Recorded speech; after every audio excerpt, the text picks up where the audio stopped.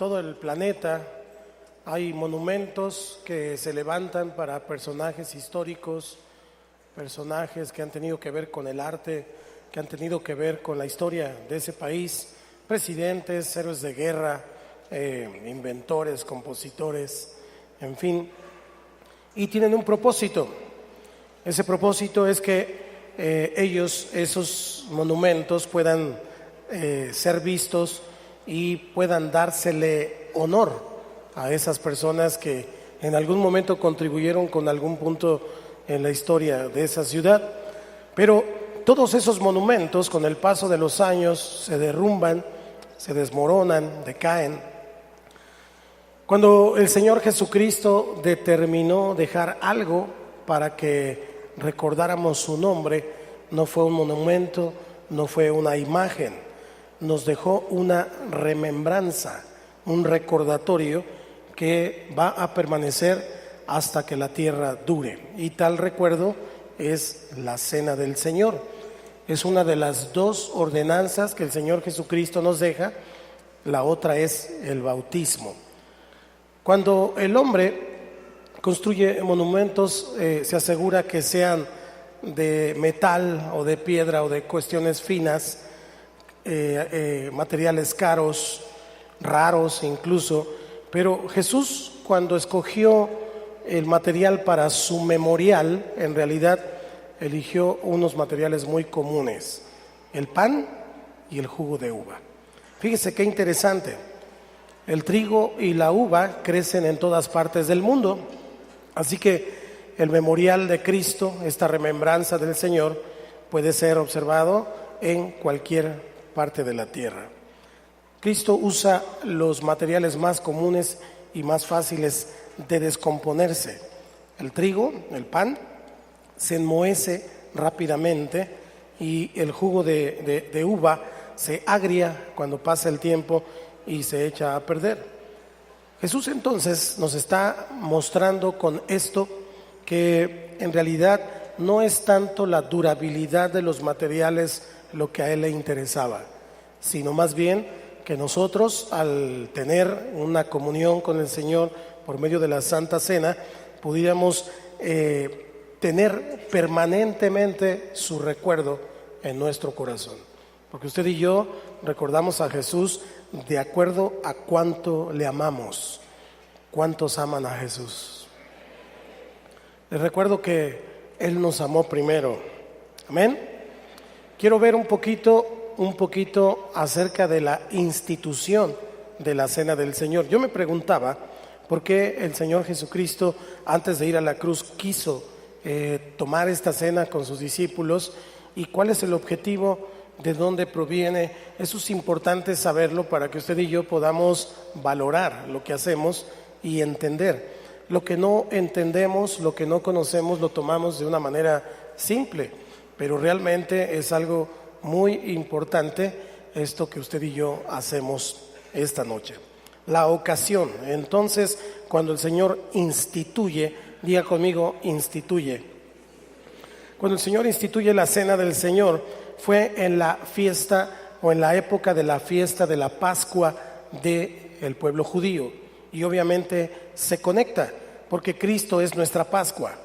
Nosotros no celebramos la Pascua judía, pero la historia judía se conecta con la historia de Cristo, porque la salvación viene de los judíos. Jesús era judío y entonces todo lo que está en el Antiguo Testamento es precisamente una sombra, un tipo, una figura de lo que tendría cumplimiento en el Nuevo Testamento. Jesús, como un hombre de fe, porque él profesaba la fe, él tomaba la Pascua de los judíos, de una manera continua y constante en cada fiesta anual.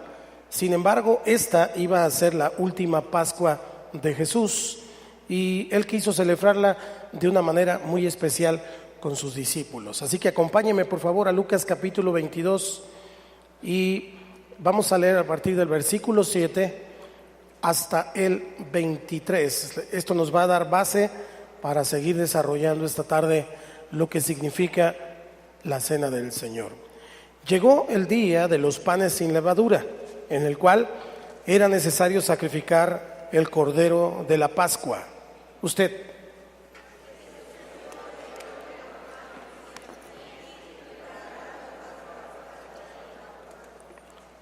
Ellos le dijeron, ¿dónde quieres que la preparemos?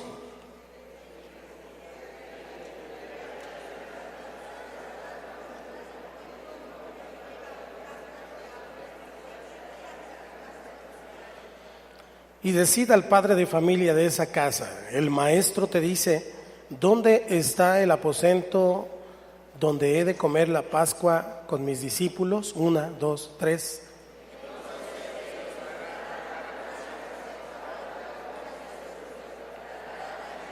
Fueron, pues, y hallaron como les había dicho, y prepararon la Pascua.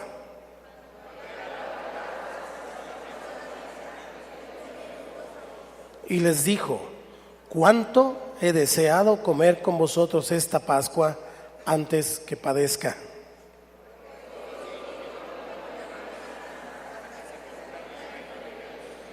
Y habiendo tomado la copa, dio gracias y dijo, tomad esto y repartidlo entre vosotros.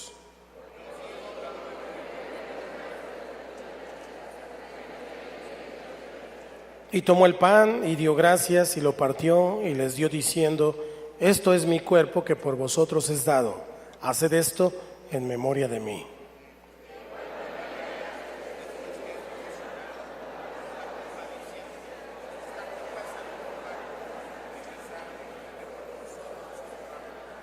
Mas he aquí, la mano del que me entrega está conmigo en la mesa.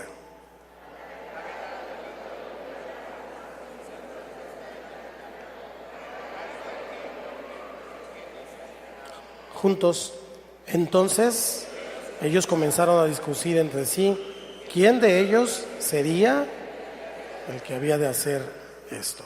Muy bien, estamos encontrando entonces este pasaje de Lucas. Me gusta Lucas. Tiene una visión distinta a Mateo y a Marcos. Marcos es el más completo, pero Lucas tiene una visión gentil. Y esa visión de Marcos a través de lo que acabamos de leer nos da otros aspectos que esta tarde podemos mirar. Durante la comida de la Pascua que los judíos tomaban, era una ceremonia muy importante para ellos hasta el día de hoy.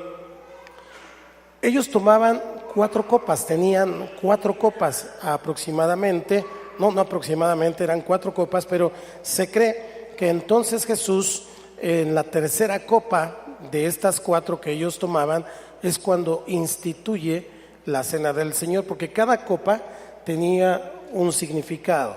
La primera copa hablaba del rescate de aquel pueblo que estaba siendo esclavo del pueblo judío, y hablaba de esos látigos y esos golpes que los egipcios propinaban a los judíos, y luego Moisés tiene toda esta confrontación y hablaba de esa copa, tomaban esa copa memorial recordando ese rescate. La segunda copa tenía que ver con redención, y la redención era cuando el Señor les dijo, pongan en el poste y en los dinteles de la casa la sangre de un cordero para que cuando venga el ángel de la muerte no mueran sus primogénitos. Era la segunda copa. Y la tercera copa tenía que ver con el pacto que Dios había hecho con el pueblo de Israel, es exactamente después de rescatar a los primogénitos y los saca hacia el camino en el desierto para ir a la tierra prometida. Es ahí donde Jesús comienza un nuevo pacto que enseguida voy a compartir en esta tercera copa. Y en la cuarta copa que los judíos celebraban hablaba del retorno, el retorno de todas las tribus de Israel a la tierra prometida.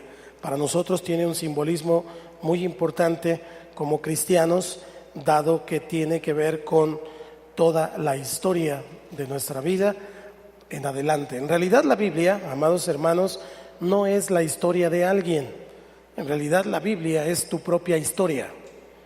Cuando usted y yo leemos la Biblia, no tenemos que leerla como para otra persona o como alguien que le pasó estos eventos. Más bien somos usted y yo.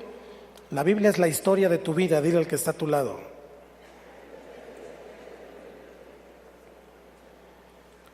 Entonces el Señor Jesús instituye esta cena del Señor, esta celebración, y en comparación con la elaboración de la fiesta de la Pascua, que era muy elaborada, el Señor lo hace de una manera muy simple. Toma pan y toma vino, y entonces lo parte y luego reparte y finalmente dice: hagan esto en memoria de mí. Un memorial es lo que estaba estableciendo el Señor, porque el memorial tenía que ver con toda esa historia de rescate, de redención, de derramamiento de sangre, y que Cristo un día vendrá por su iglesia. Amén. ¿Qué elementos usa? Pues ya lo vemos el pan, y el pan que Jesús usó fue un pan sin levadura. Básicamente sabemos esto porque en la fiesta de la Pascua se usaba el pan sin levadura. La levadura tiene un simbolismo importante en toda la fiesta judía. Ellos tenían que eliminar toda la levadura de sus casas y por 7 días debían comer pan sin levadura. Esto era algo muy solemne porque estaban recordando su salida súbita de Egipto. No les dio tiempo ni de hacer comida cuando salieron. Mire lo que dice Éxodo 12:39. Éxodo 12:39 dice: y cocieron tortas sin levadura de la masa que habían sacado de Egipto, pues no había leudado, porque al echarlos fuera los egipcios no habían tenido tiempo ni para prepararse comida.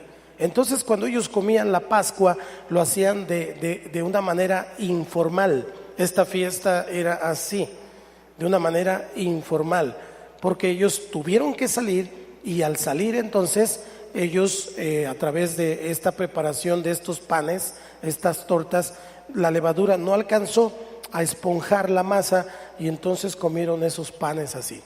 Y ellos la comían de manera no acomodados, sino como que ya están listos para irse. No sé si me estoy explicando. En lugar de sentarse bien y de tener todo acomodado, ellos comían este pan y esta Pascua, este cordero, precisamente como con prisa, como con urgencia, porque les recordaba que en algún momento se tenían que ir. Dile al que está a tu lado, igual que tú. En algún momento nos tenemos que ir. No sabemos cuándo, no sabemos qué día, no sabemos si será hoy, mañana, si será dentro de 10, 20, 30 años, o si Cristo venga antes de eso. Pero de que nos vamos, nos vamos. Así que no te acomodes tanto en esta tierra, no te ensanches tanto en cuanto a todo lo que quieres obtener. En realidad, esta fiesta y esta Pascua y Cristo, nuestra Pascua, nos recuerda que no tenemos que acomodarnos tanto. El pan entonces tiene este simbolismo, y por eso Señor Jesucristo, cuando instituye la cena del Señor, toma este pan sin levadura. Además que el apóstol Pablo en la primera carta de Corintios, en el capítulo 5, 6 y al 8, él menciona ahí que debemos de limpiarnos de toda contaminación, porque un poco de levadura leuda toda la masa. ¿Sí me estoy explicando? Entonces, el concepto de levadura en un sentido negativo tiene que ver con pecado. Debemos de limpiarnos de todo pecado, y ese pecado entonces que fue pagado por Cristo puede ser limpiado únicamente por su sangre. La sangre de Cristo tiene poder. Y entonces él tomó el jugo de uva. El jugo de uva es el otro elemento de la Santa Cena, porque la segunda parte, y el Señor le llama la copa o le llama fruto de la vid. Por ejemplo, en Marcos 14, 23 y 25, dice el 23: y tomando la copa y habiendo dado gracias, les dio, y bebieron de ella todos. El versículo 25 dice: de cierto os digo que no beberé más del fruto de la vid hasta que aquel día en que lo beba de nuevo en el reino de Dios. El término fruto de la vid se refiere al jugo de la uva, a eso se refiere. Pero Todo esto que nosotros vemos en la institución de la Santa Cena tiene sus raíces en el Antiguo Testamento. En Deuteronomio capítulo 32, versículo 14, Jehová, el Padre, llama por medio de su siervo a la uva y a ese jugo como la sangre de la uva. Fíjese, lea conmigo ese versículo. Por favor, Deuteronomio 32, 14. Ahí está. 1, 2, 3. Mantequilla de vacas y leche de ovejas, con grosura de corderos y carneros de Basán, también machos cabríos, con lo mejor del trigo. ¿Y de qué? Y de la sangre de la uva. ¿Algún día había leído este versículo? Y si lo había leído no lo había tomado muy en cuenta. Pero Dios le llama al jugo la sangre de la uva. Entonces significa que el Señor Jesús escogió el jugo o la sangre de la uva para ilustrar la sangre del pacto, el nuevo pacto en su nombre, la sangre de nuestro bendito Salvador, que es el Cordero de Dios que quita el pecado del mundo. Amén. Entonces ya vimos los dos elementos, el pan y el jugo. Vamos a ver entonces de una manera rápida algunos nombres que se le dan a la institución o a la cena del Señor, y el primero es el partimiento del pan. Cuando leemos la Biblia, sobre todo en el libro de los Hechos, empezamos a mirar ahí que con frecuencia la iglesia cristiana naciente mencionaba el partimiento del pan o el partir el pan. Hechos 27 dice: el primer día de la semana, reunidos los discípulos para partir el pan, Pablo les enseñaba, habiendo de salir al día siguiente, y alargó el discurso hasta la medianoche. ¿Tienen tiempo? Ok. El partir el pan, para partir el pan, en Hechos 2:42. Y perseveraban en la doctrina de los apóstoles, en la comunión unos con otros, en el partimiento del pan y en las oraciones. Y así podemos ir por el Nuevo Testamento encontrando que el partimiento del pan era una expresión común de la iglesia. Pero yo quiero que piense esto. Imagine después de aquella noche, al día siguiente, cuando ven a Cristo crucificado, con su cuerpo traspasado, y entonces entendieron lo que Él les decía: este es mi cuerpo que por vosotros es partido. Cuando vieron a Cristo ahí en la cruz traspasado, azotado, golpeado, nunca más volvieron a ver el pan como lo veían, porque entonces tuvieron una visión de lo que Cristo les estaba diciendo. Cristo ahí clavado, traspasado en esa cruz, y entonces miraron esa figura. Por eso cuando tenían la cena del Señor o la Santa Cena o el partimiento del pan, cada vez que hacían esto recordaban lo que Jesús les había dicho: hagan esto en memoria de mí. Otro nombre para la cena del Señor es la mesa del Señor. En 1 Corintios 10:21, el apóstol Pablo les dice a los corintios que no pueden participar, no pueden beber la copa del Señor y la copa de los demonios. Dice: no puedes participar de la mesa del Señor y de la mesa de los demonios. Entonces, ese es otro nombre para este momento, la mesa del Señor. ¿Qué nos recuerda la mesa? ¿Qué nos recuerda la mesa? En primer lugar, nos recuerda que Jesús es el anfitrión esta noche. ¿Cuántos dicen amén? Es el anfitrión, porque fue Jesús quien quiso celebrar con sus discípulos. Así que tú estás aquí esta noche invitado por Él, no por mí, no por tu líder, invitado por Jesús, porque es la mesa del Señor. Entonces, en cada ocasión que usted y yo nos reunimos, entendemos aquella promesa tan maravillosa de consuelo que Dios nos da, que dice que donde estén 2 o 3 congregados en su nombre, Él estaría allí en medio de ellos. ¿Cuántos dicen amén? Entonces, esa es una realidad, esa es una verdad. Aunque usted no lo vemos y yo no lo vemos ahora, sabemos que Jesús está con nosotros, en nosotros, con nosotros, entre nosotros. Y esta es su mesa, esa es su mesa. Y el Señor lo invitó a usted para que pueda tomar de la mesa del Señor. Uno de los salmos más bendecidos y más amados dice: tú preparas mesa delante de mí en presencia de mis angustiadores. Significa entonces que usted y yo podemos tomar de la mesa del Señor de todos los beneficios y de todas las bendiciones que tiene que ver con ese sacrificio de Cristo en la cruz. Así que usted y yo podemos estar confiados esta noche de que, aunque no está en nuestros ojos visibles, sí sabemos que está con nuestro corazón. Aquí está el Señor. Dile al que está a tu lado: aquí está el Señor.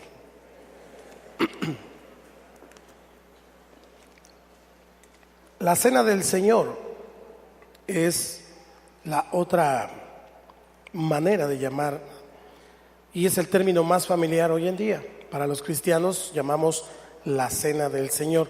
¿Por qué se llama la cena del Señor? Del Señor, porque Él la instituyó. No es una invención humana. No la inventó Pedro, Juan, Andrés, Jacobo. No la inventaron ellos, no la organizaron ellos. Fue Jesús quien organizó. Usted y yo leímos que les dijo a Pedro y Andrés: vayan y díganle al padre de familia que prepare, porque vamos a llegar. O sea, fue Jesús quien organiza. Por eso se llama la cena del Señor. Ahora,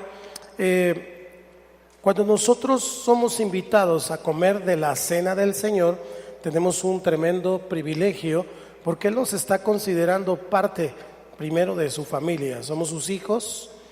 Él nos está considerando sus discípulos, porque podemos estar sentados con el Señor en su mesa cenando. Pero además, si nosotros rechazamos la mesa del Señor, la cena del Señor, en realidad el que está siendo rechazado es Cristo. Si a usted lo invitan esta noche, saliendo de aquí, le invitan un pozole, ahí sí, luego, amén, amén. Le invitan a un pozole y entonces le dicen: mira, preparé un pozole porque sabía que íbamos a tener culto y terminando vamos. Y usted le dice a esa persona: no quiero, no puedo, tengo otra cosa que hacer. ¿A quién está rechazando? A la persona.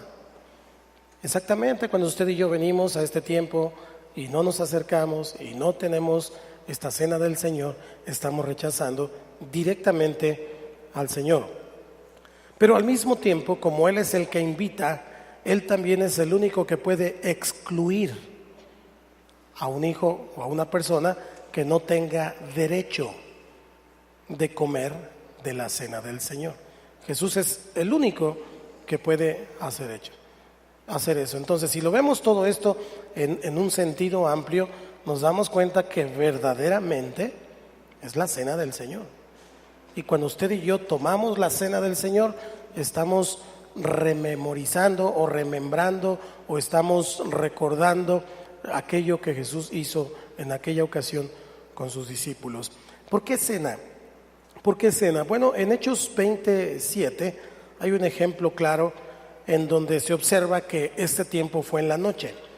Dice Hechos 27: el primer día de la semana, reunidos los discípulos para partir el pan, Pablo les enseñaba, habiendo de salir al día siguiente, y alargó el discurso hasta la medianoche. Así que entonces comenzaba la noche para los judíos a las 6 de la tarde, y de allí en adelante la medianoche sería ya más avanzada la noche, 9, 10, 11, en fin. Pero este es algunos aspectos de por qué se llama la cena del Señor. Otro nombre para este tiempo es la comunión. Diga conmigo: comunión. Comunión. Comunión es aplicado comúnmente a la cena del Señor, porque el uso de la palabra comunión en el Nuevo Testamento es más bien una descripción de lo que significa en sí mismo. Nosotros tenemos comunión, estamos de común acuerdo con un mismo Padre, bautizados por un mismo Espíritu y teniendo una misma fe. Amén. Entonces, 1 Corintios 10:16 dice: la copa de bendición que bendecimos no es la comunión de la sangre de Cristo. El pan que partimos no es la comunión del cuerpo de Cristo. Entonces la palabra comunión significa compartir o participar. Compartir o participar. Así que Pablo dice que cuando bebemos la copa o comemos el pan, participamos y compartimos las bendiciones o los beneficios de la muerte del Señor en la cruz, los cuales son muchísimos. Compartimos la comida con Cristo porque Él está aquí esta noche. Él es quien nos invitó y entonces usted y yo comemos con el Señor. Y esto es comunión, compartir en el sentido más amplio, no solo con Él, sino también con nuestros hermanos. Esta noche entonces es una noche especial porque estamos recordando aquello que Jesús hizo y dijo. Cuando Jesús instituye la cena del Señor, en realidad no especificó ni el tiempo ni la frecuencia de cuándo lo debemos observar. Hay algunas notas, algunos versículos bíblicos que la iglesia del principio, la iglesia del libro de los Hechos, al parecer la celebraba cada semana. Al principio más frecuentemente que cada semana, pero después fueron espaciando el tiempo, como en Hechos 2:42 que dice: y perseveraban en la doctrina de los apóstoles, en la comunión unos con otros, en el partimiento del pan y en las oraciones. Y en Hechos 2:46 dice: y perseverando unánimes cada día en el templo y partiendo el pan en las casas, comían juntos con alegría y sencillez de corazón. Así que lo hacían muy constantemente, precisamente para recordar lo que el Señor estaba diciendo. Entonces la cena del Señor es una reunión establecida específicamente ¿por quién? Por Cristo, y tiene un propósito establecido muy definido, y es recordar lo que Jesús hizo por nosotros. Es recordar que Cristo murió en la cruz por nosotros y que a través de ese sacrificio usted y yo somos libres por su sangre preciosa. Cuando el Señor en el Antiguo Testamento le da a Moisés el diseño del tabernáculo, fue más que darle simplemente una tienda en que adorar en su viaje al desierto, por el desierto. Más bien, el tabernáculo era como una escuela, era como un medio de enseñanza para preparar a Israel para la venida del Mesías, para la venida de Cristo. Generalmente, cuando estudiamos el tabernáculo, se piensa que el atrio, la parte exterior del tabernáculo, era una representación del mundo.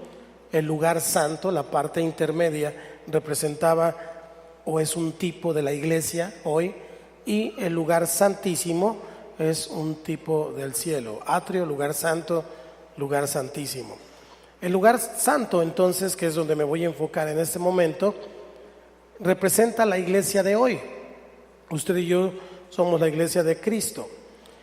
Pero fíjese bien, en el lugar santo había tres muebles, y esto es interesante. Estaba el candelero de oro, ese candelero que tenía 7 brazos, y ese candelero que iluminaba la estancia era una figura de la palabra de Dios. Lámpara es a mis pies tu palabra, lumbrera a mi camino. Era una figura, el candelabro. Luego estaba el altar de oro. El altar de oro donde se quemaba el incienso representaba lo que para usted y para mí hoy representan las oraciones de los santos, porque ese incienso se elevaba y subía como una ofrenda grata delante de Dios. Y hoy las oraciones de los santos, ¿están aquí los santos? suben al trono celestial. Apocalipsis 5:8, para darle fuerza a este versículo, a esta parte que le estoy diciendo. Apocalipsis 5:8. Y cuando hubo tomado el libro, los 4 seres vivientes y los 24 ancianos se postraron delante del Cordero. Todos tenían arpas y copas de oro llenas de incienso, que son las oraciones de los santos. Dile al que está a tu lado: nunca te canses de orar.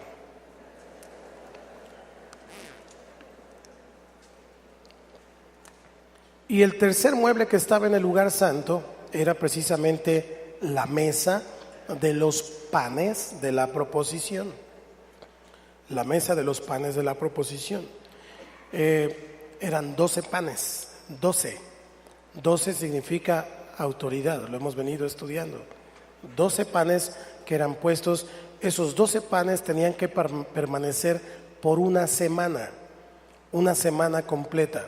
Terminando la semana se cambiaban, eran puestos otros 12 panes nuevos, pero los panes viejos los tomaban los sacerdotes y los comían como un acto de adoración. ¿Cómo estaría ese pan? Duro, incomible a veces, tal vez dependiendo del medio ambiente, enmohecido, no sé, pero era un acto de adoración, precisamente simbolizando, tipificando. Eran llamados también los panes de la presencia. Los panes de la presencia, diga conmigo, panes de la presencia. Y entonces era un recordatorio para Israel que la presencia de Dios no es fácil, que seguir al Señor cuesta, que caminar con el Señor es duro. Los panes de la presencia. ¿Cuántos quieren la presencia de Dios? La presencia de Dios, caminar con el Señor es complicado, no es fácil.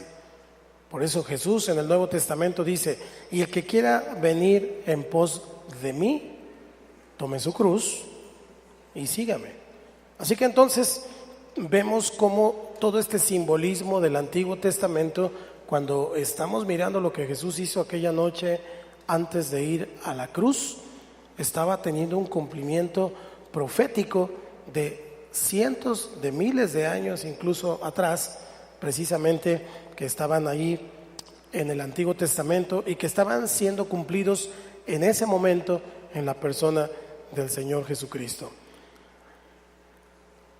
La iglesia siguió celebrando la cena del Señor, luego vinieron los padres de la iglesia, los que les gusta estudiar un poquito se darán cuenta que vino Policarpo, Agustín de Hipona y otros padres de la iglesia que fueron discípulos directos de Juan, el apóstol Juan, y de algunos otros de los apóstoles que duraron más tiempo, pero que ya no aparecen en la Biblia porque ya no tenían ese lugar de honra, pero que son padres de la iglesia que le fueron dando forma y siguieron avanzando toda la visión que los discípulos directos del Señor continuaron. Pero quiero entonces, ya después de darle todo este breviario cultural bíblico, ¿qué significa para usted y para mí la cena del Señor? Primero, es un recordatorio de la muerte de Cristo. Es un recordatorio de la muerte de Cristo. Entonces, no levantamos una estatua, no erigimos un memorial, sino que Cristo nos dejó la cena del Señor precisamente para recordarlo. Es un recordatorio. Ahora, ¿para qué sirve un recuerdo? ¿Cuántos tienen la foto de algún familiar? ¿O se acuerda de algo bien padre que le pasó en su casa o en su vida? ¿Para qué sirve un recuerdo? Dígame, quiero escucharlo mientras tomo agua.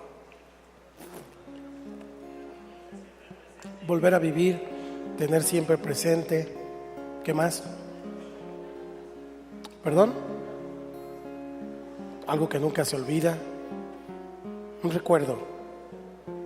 Los que tengan recuerdos, los demás se pueden quedar callados.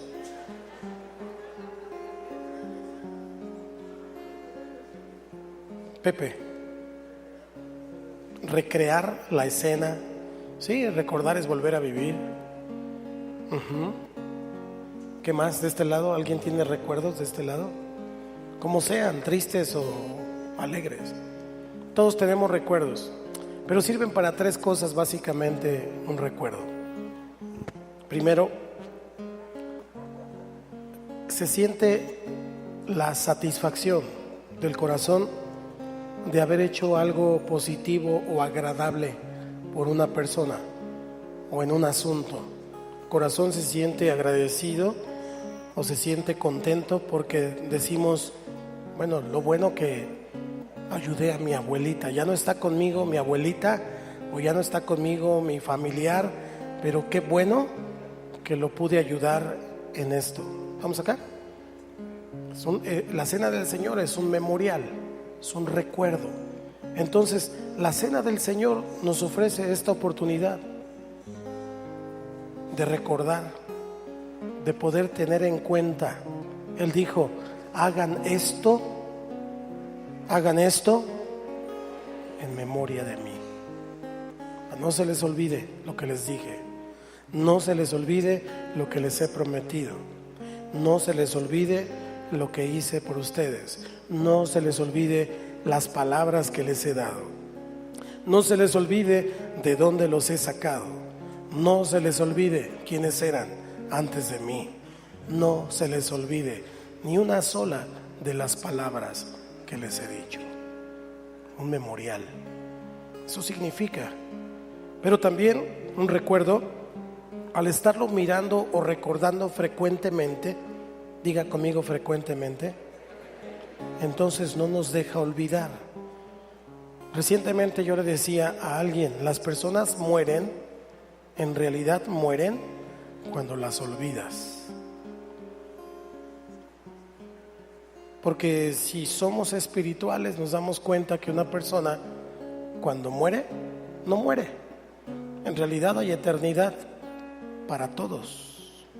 Unos a vida eterna y otros a muerte eterna. Pero la eternidad es para todos. ¿Estamos acá?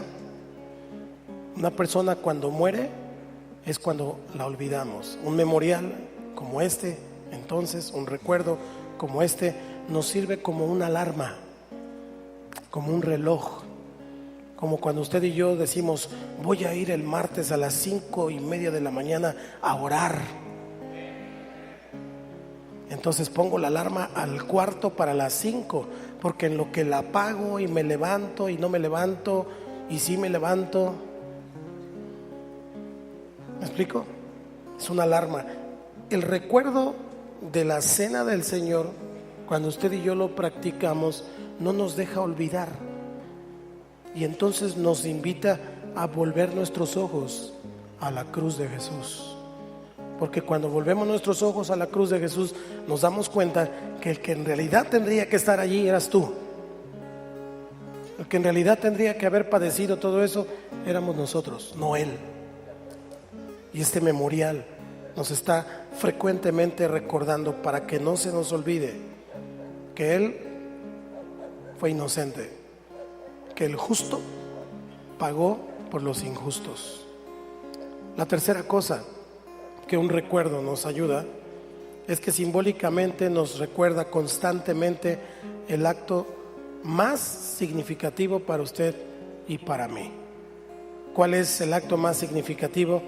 Que Cristo murió por nuestros pecados conforme a las Escrituras. Así dice 1 Corintios 15:3.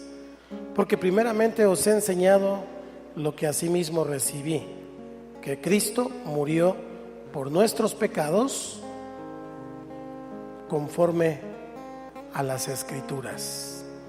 Así que Jesús no se inventó una muerte, no inventó su propia muerte. Todo lo que pasó con Cristo estaba escrito.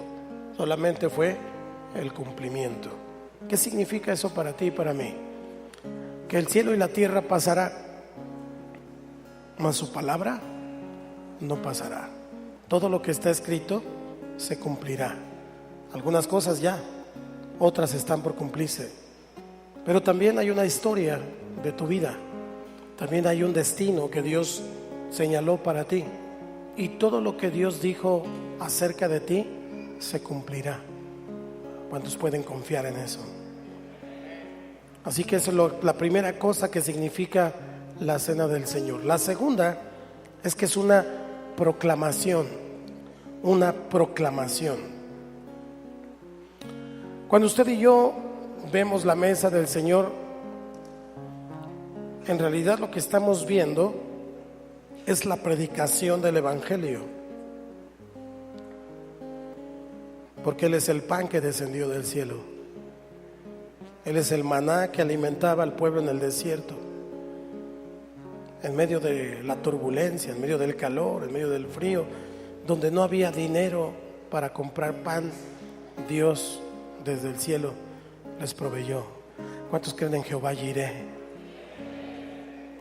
Les proveyó pan, y todos los días les daba pan, sin faltar uno solo de ellos. Pero después hubo otro momento en que les dio carne. ¿Se acuerdan? Comieron pan y comieron carne. Igual que Elías, cuando estaba triste, cuando estaba desorientado, se metió a una cueva, y entonces el Señor le envió pan y carne en la mañana, pan y carne por la tarde. Pan, el pan que descendió del cielo. Estamos mirando la predicación del Evangelio, la sangre de Cristo que quita el pecado del mundo, porque Él es ese Cordero Pascual que finalmente fue perfecto para que usted y yo pudiéramos alcanzar la salvación. Cuando comemos la cena del Señor, usted y yo proclamamos la muerte del Señor. Así dice 1 Corintios 11:26. Dice: así pues, todas las veces que comiereis este pan y bebereis esta copa, la muerte del Señor anunciáis hasta que Él venga. Su muerte.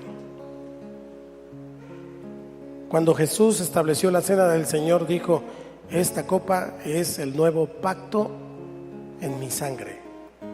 Un nuevo pacto. Cuando nosotros comemos la cena del Señor, es un recordatorio de que somos salvos. ¿Cuántos tienen salvación? Cristo es nuestra salvación. La sangre de Cristo la puedes poner en el dintel de tu casa, en el dintel de tu vida, en el dintel de tus asuntos, y el ángel de la muerte entonces no tiene parte ni suerte en contra de ti y de toda tu casa. Cree en el Señor Jesucristo y serás salvo tú y tu casa. La cena del Señor proclama que el hombre es redimido, o sea, rescatado, pero que además recibe perdón de pecados por medio de la sangre de Cristo. Egipto es un símbolo de el pecado, de la vida antigua. Cristo nos saca de Egipto, de servidumbre, porque estábamos muertos en nuestros delitos y pecados. Entonces nosotros somos rescatados por el Señor, y Él a través de su sangre nos limpia, nos lava en la cruz, perdona nuestros pecados, y ahora nos da un nuevo lugar, una nueva posición. Ya no estamos en el reino de las tinieblas, estamos en el reino de la luz. Caminamos con Cristo. Él dijo que estaría todos los días con nosotros hasta el fin del mundo. Cuando tú recibes al Señor, Él te invita a la cena. Si alguno oye mi voz y abre la puerta, cenaré con Él y Él conmigo. Comunión, relación, todo eso significa la cena del Señor. Cuando usted y yo comemos la cena del Señor, estamos proclamando que Cristo viene pronto. Me dijeron ese amén como si les acatearan. Usted y yo estamos proclamando que Cristo viene pronto. Cada vez que usted y yo venimos a la cena del Señor, tenemos la oportunidad de ponernos a cuentas con Él. ¿Sabe qué me parece a mí? Como cuando en Navidad se junta la familia. Y entonces, como es tiempo de tener paz, De repente, no todos, pero algunas familias lo que hacen es, se juntan con el papá y entonces comienzan a pedir perdón. Perdóname si te he ofendido. Unos a otros se hablan y al final se reconcilian para comenzar el año tranquilos. Por ahí de febrero se vuelven a enojar, pero qué bueno que siempre hay fin de año, ¿no? Ok, el Señor nos da esa oportunidad esta noche. Dice la Escritura que no debemos comer la cena del Señor indignamente. Diga conmigo, indignamente. Y aquí quiero explicar algo rápidamente. Todos aquí, empezando por mí, todos somos indignos de acercarnos a la mesa. Somos indignos de que Jesús esté aquí entre nosotros. Somos indignos de que el Señor haya muerto por mis pecados. Somos indignos, pero su sangre nos hace dignos. ¿Cuántos dicen amén? ¿Qué significa comer indignamente entonces? Significa que no debemos comer la mesa del Señor con una mala actitud, que no debemos de acercarnos a la mesa del Señor cuando usted y yo tenemos pleitos, iras y contiendas. Significa que tenemos que ponernos a cuentas con aquellos que hemos ofendido. Si están aquí, ahora. Si no están aquí, tenía que haberse preparado. Y si no, al rato que llegue.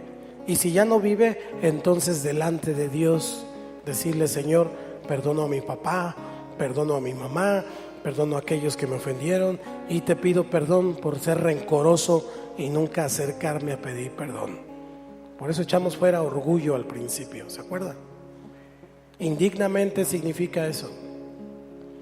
Una persona que dice prefiero no tomar la cena del Señor, en realidad lo que está diciendo es: no quiero perdonar, no quiero arrepentirme, porque lo que Dios nos dice ahora es: venid, vengan todos, la puerta está abierta, la misericordia de Dios es nueva cada día.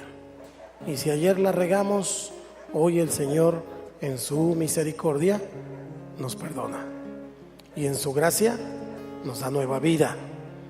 Así que tenemos que entender esa parte.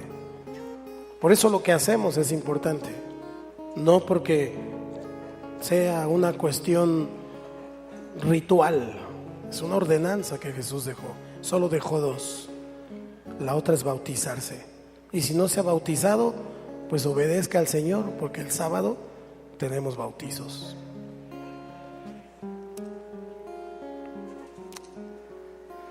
Cierre sus ojos un momento ahí en su lugar. Yo quiero pedirle al Señor algo especial. Yo le quiero pedir al Señor que Él nos examine. Pero le quiero pedir a usted que usted le diga al Señor: examíname, Señor. Examina mi mente, examina mi corazón. Muéstrame, Señor, qué es lo que tengo que hacer. Muéstrame. Voy a tomar un tiempo para esto.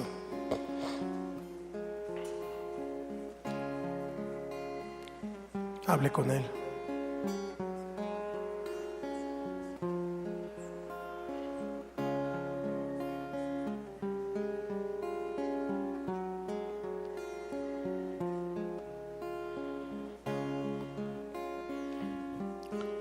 No quiero a nadie platicando, niños.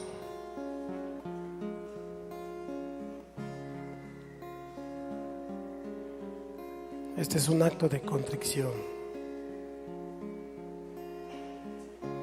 Examínese, sea honesto, sea serio con el Señor.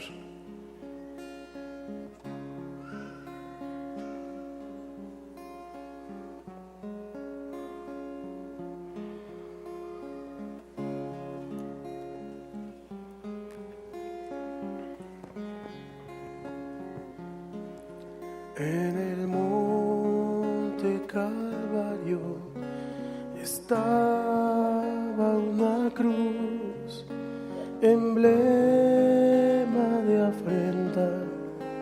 y dolor. Mas yo amo esa cruz, donde murió mi Jesús por salvar al más vil pecador. Oh, yo siempre amaré esa cruz, y en sus triunfos mi gloria será. Y algún día, en vez de una cruz, mi corona Jesús me dará.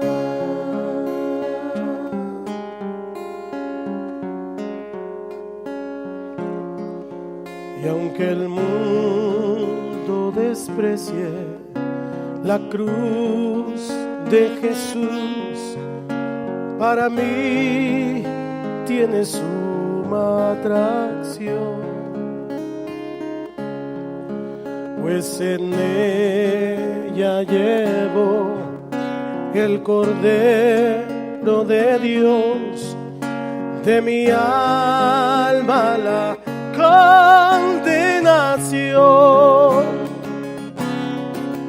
Oh, yo siempre amaré esa cruz,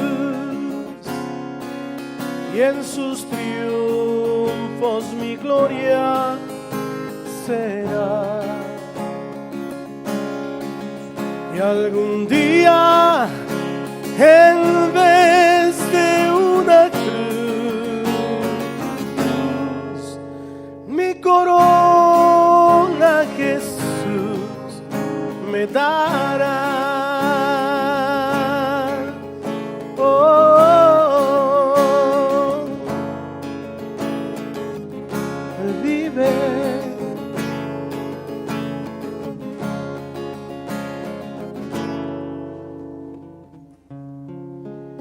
Tome un momento ahora, si usted tiene que ponerse a cuentas con alguien aquí, en este lugar, tenga libertad, salga de su lugar, hable con él, con ella, con esa persona, póngase a cuentas. No necesariamente tuvo usted que tener la culpa.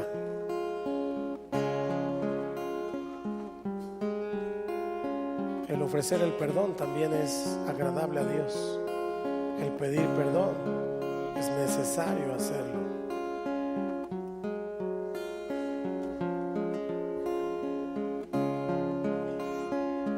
Póngase a cuentas con Dios.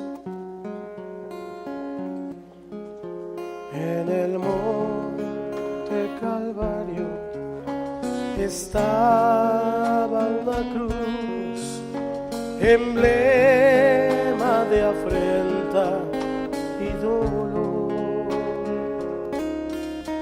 Mas yo amo esa cruz, donde murió mi Jesús por salvar al más vil pecador. Oh, yo siempre amaré esa cruz, y en sus triunfos mi gloria será. Y algún día, en vez de una cruz, mi corona Jesús me dará.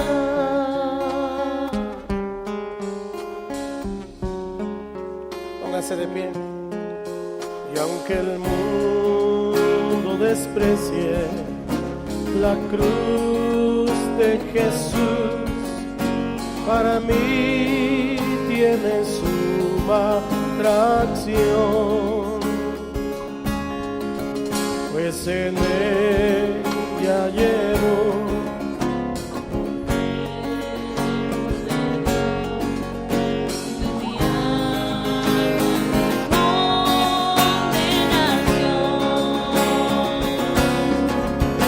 yo siempre amaré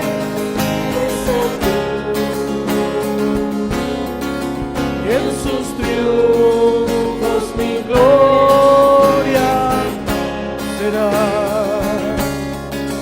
Y algún día en vez de una cruz, mi corona Jesús me dará. en el monte Calvario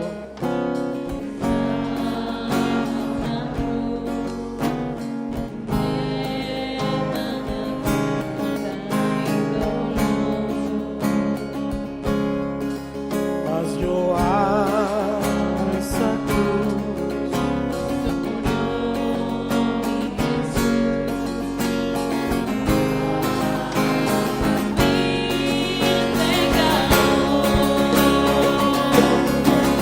Oh, yo siempre amaré y en sus triunfos mi gloria Será. Un día en vez de una cruz, mi corona Jesús me dará.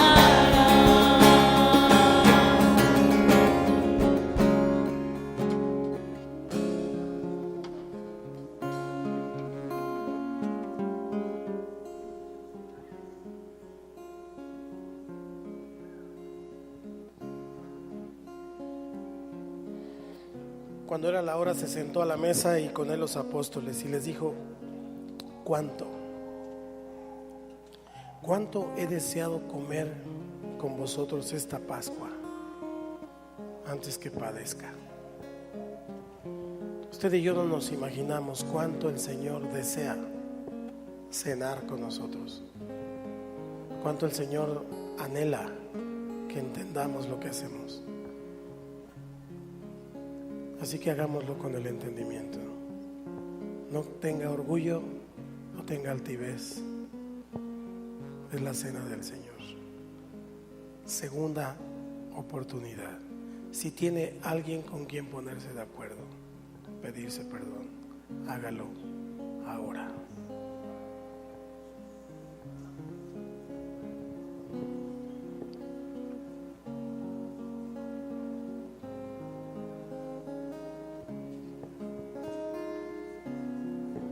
Y aunque el mundo desprecie la cruz de Jesús, para mí tiene suma atracción, pues en ella llevo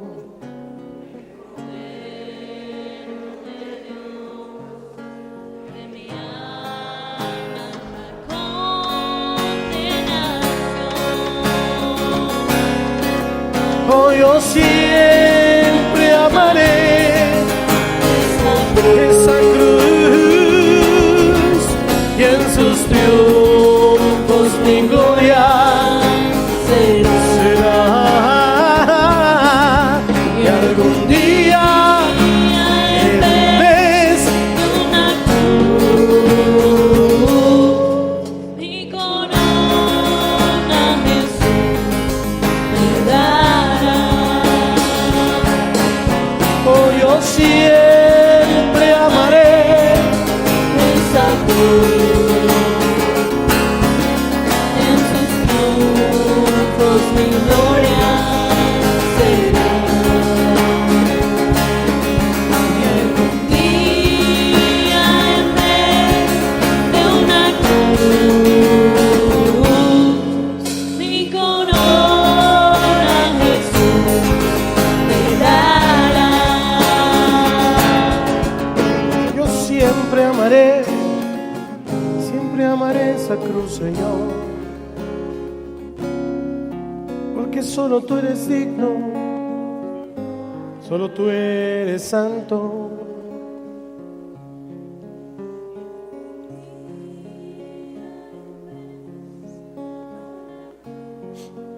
Señor se encontró con Pedro después de haber resucitado. 3 veces le preguntó: ¿me amas? 3 veces. Tercera oportunidad. Si tienes alguien con quien ponerte a cuentas esta noche, hazlo ahora. Pastores, los servidores pueden pasar.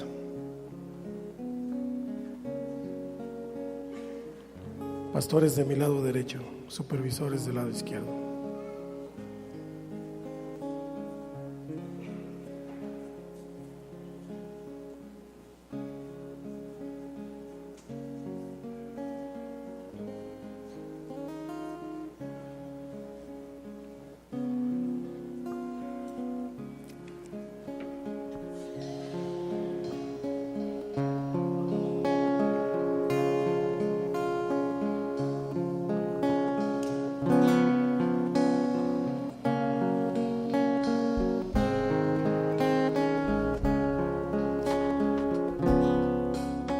Yo siempre amaré esa cruz, en sus triunfos mi gloria será. Y algún día en vez de una cruz, mi corona Jesús me dará.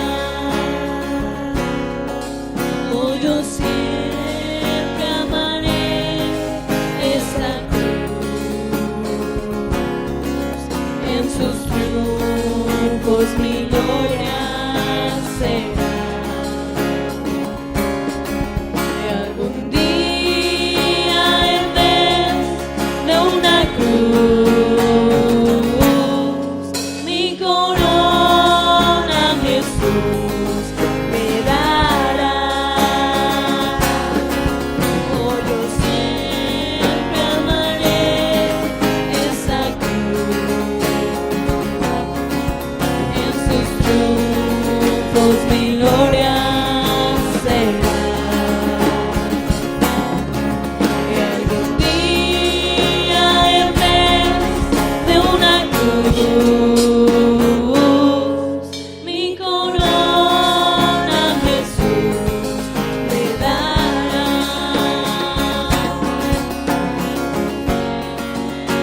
Amaré esa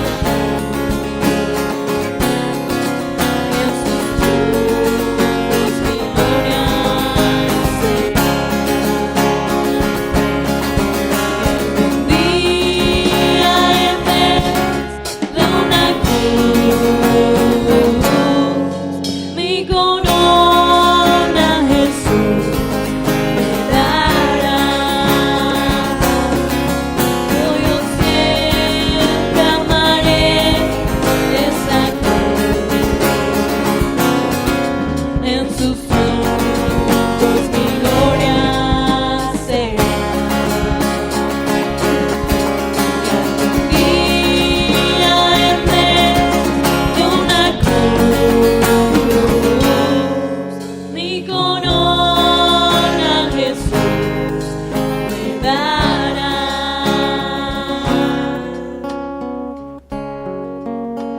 Señor, bendecimos el pan que descendió del cielo, esa bendita provisión que tú nos das para poder tener vida eterna. Bendigo el vino, Señor, que representa el nuevo pacto en tu sangre. Y esta noche, antes de cenar, yo quiero invitar a todos los que están aquí por primera vez para que entreguen su vida a Cristo. El Señor allí en la cruz entregó su vida por nosotros, el justo por los injustos. Y la Escritura nos enseña que si usted y yo abrimos nuestro corazón y recibimos a Jesús como Señor y Salvador, Él entonces nos da la potestad, el derecho de ser hechos hijos de Dios. Ninguno que no sea hijo tiene derecho a comer de la mesa del Señor. Así que entonces le invito para que esta noche entregue su vida a Cristo, haga una oración de fe y también la iglesia, la familia, los vamos a apoyar con esta oración. Ahí en su lugar, cierre sus ojos y diga conmigo en voz audible: Señor Jesús, te doy gracias por tu presencia y por tu palabra. Hoy reconozco por medio de tu Espíritu que soy pecador, pero me arrepiento de mis pecados. Señor, yo te abro mi corazón y te recibo como mi Señor y como mi Salvador. Entra en mi vida, hazme una nueva criatura. Te lo pido, Padre, en el nombre de Cristo Jesús.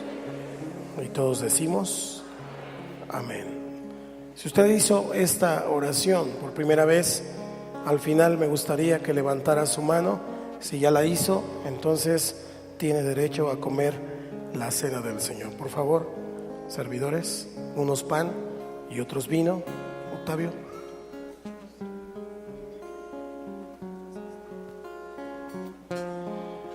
En el monte Calvario. Tome su lugar, por favor.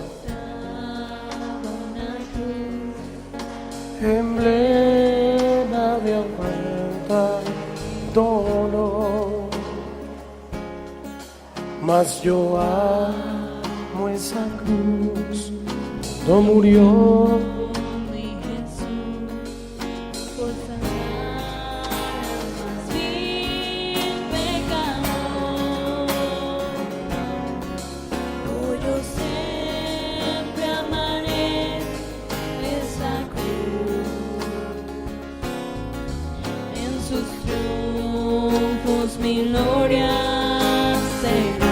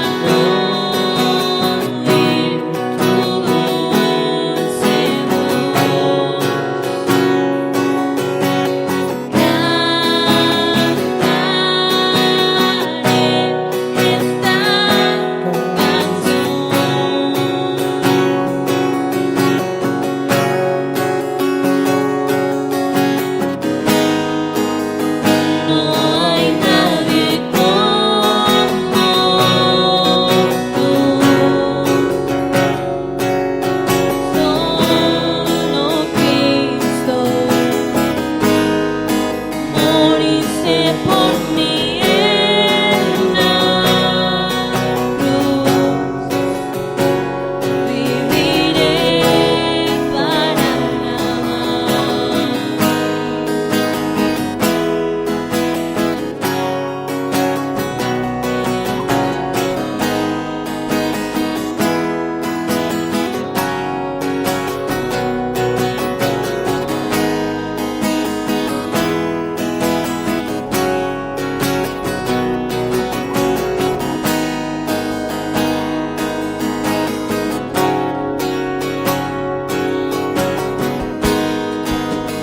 Mi deleite está en ti, mi corazón, toda mi fe.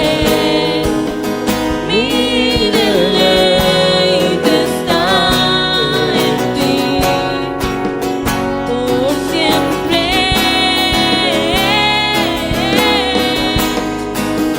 Mi deleite está en ti, mi corazón, toda mi fe.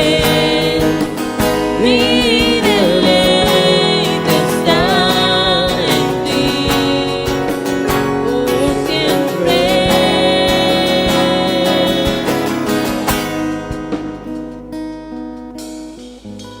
¿Alguien le falta pan? ¿Alguien le falta vino? Levante su mano. ¿Todos tienen pan? Sí, adelante. Los niños del ministerio pueden tomar la cena, los demás pequeños bajo la responsabilidad de sus padres.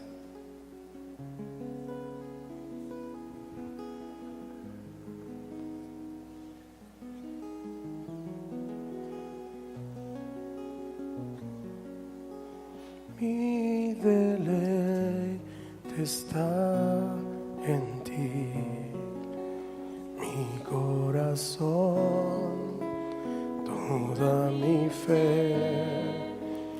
Mi deleite está en ti, por siempre.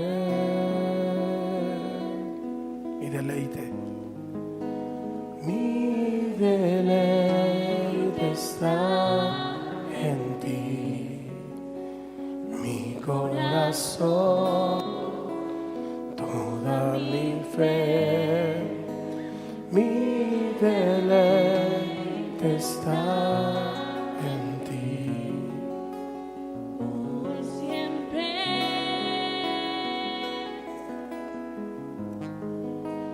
Mi deleite está en ti, mi corazón, Toda mi fe, mi deleite está en ti, por siempre.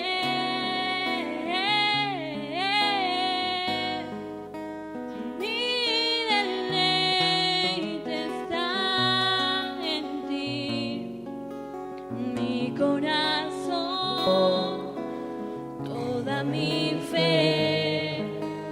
Mi deleite está en ti, por siempre.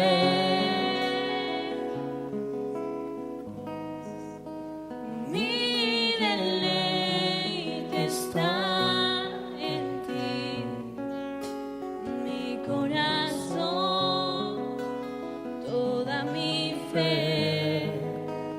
Mi deleite está en ti, por siempre. Póngase de pie.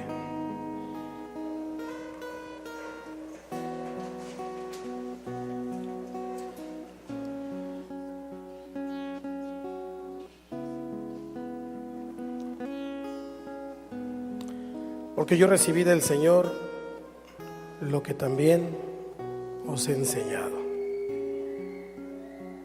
Que el Señor Jesús, la noche que fue entregado, tomó pan Y habiendo dado gracias, lo partió y dijo: tomad, comed, esto es mi cuerpo que por vosotros es partido. Haced esto en memoria de mí. Comamos todos el pan.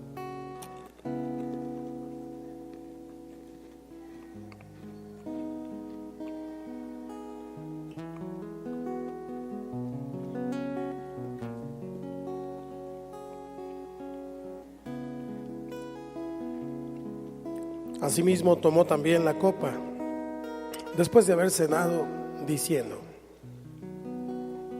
esta copa es el nuevo pacto en mi sangre. Haced esto todas las veces que la bebiereis en memoria de mí. Así pues, todas las veces que comiereis este pan y bebiereis esta copa, la muerte del Señor anunciáis hasta que Él venga. Tomemos todos la copa.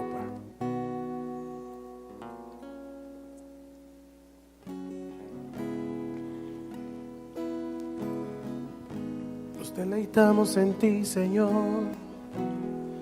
y te adoramos a ti, Jesús. Levanta un cántico a Dios, un cántico de gratitud al Señor. Dale gracias por la muerte, dale gracias por la muerte. Él murió en la cruz en tu lugar. Él no era digno de morir en la cruz. Él era santo. Él no debía. Nosotros éramos los que teníamos ese lugar, pero Él fue a la cruz a morir por usted y por mí. Él pagó por mis pecados. Él pagó por los tuyos. Debemos tener un corazón agradecido delante de Dios. Señor Jesús, perdónanos. Gracias por la cruz. Gracias por la cruz, Señor. Gracias porque tú tienes el control de nuestras vidas. Gracias porque para siempre es tu misericordia.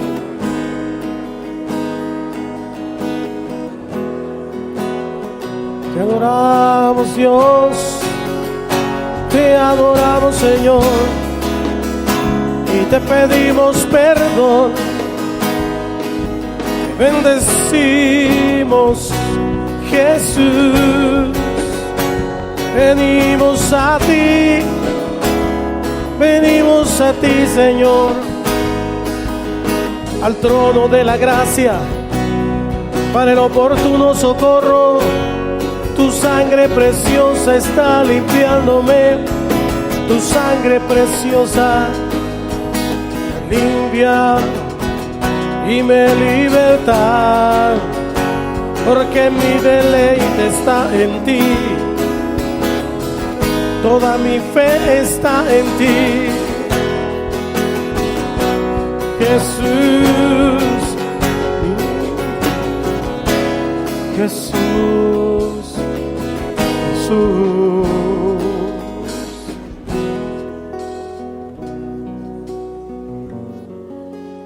Mi deleite está en ti, mi corazón, toda mi fe, mi deleite está en ti, por siempre.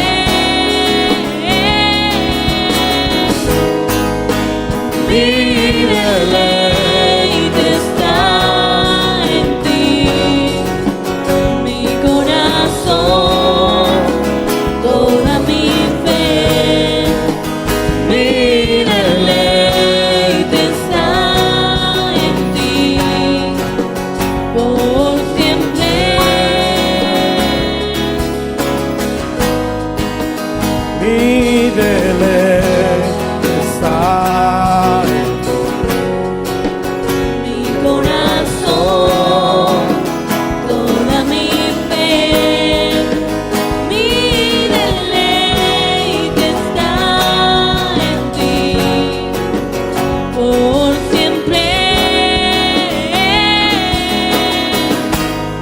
Levante sus manos, por favor. Que el Señor te bendiga y te guarde. Que el Señor haga resplandecer su rostro sobre ti y tenga de ti misericordia. Que el Señor alce sobre ti su rostro y ponga en ti paz. Y hoy, en el nombre que es sobre todo nombre, lo invoco delante de ti. Invoco su nombre en tu vida, invoco su nombre en tu presencia, invoco su nombre en todos tus asuntos, invoco su nombre en toda tu familia. Que el Señor esté con nosotros todos los días, como lo prometió, hasta el fin del mundo. Y todos decimos amén. Mientras le da una ofrenda de palmas, dígale palabras de gratitud. Nos deleitamos en ti, Jesús. Mi deleite está en ti, mi corazón, toda mi fe, mi deleite está en ti, por siempre. Dele un abrazo al que está a su lado.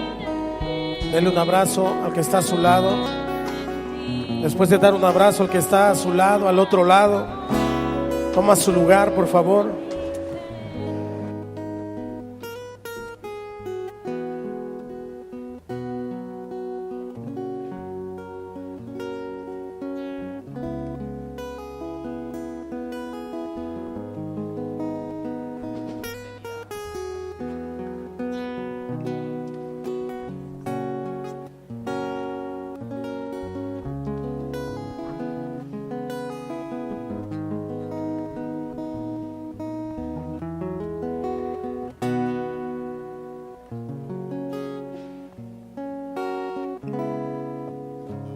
Bien, hermanos, mientras usted va tomando su lugar, esta noche queremos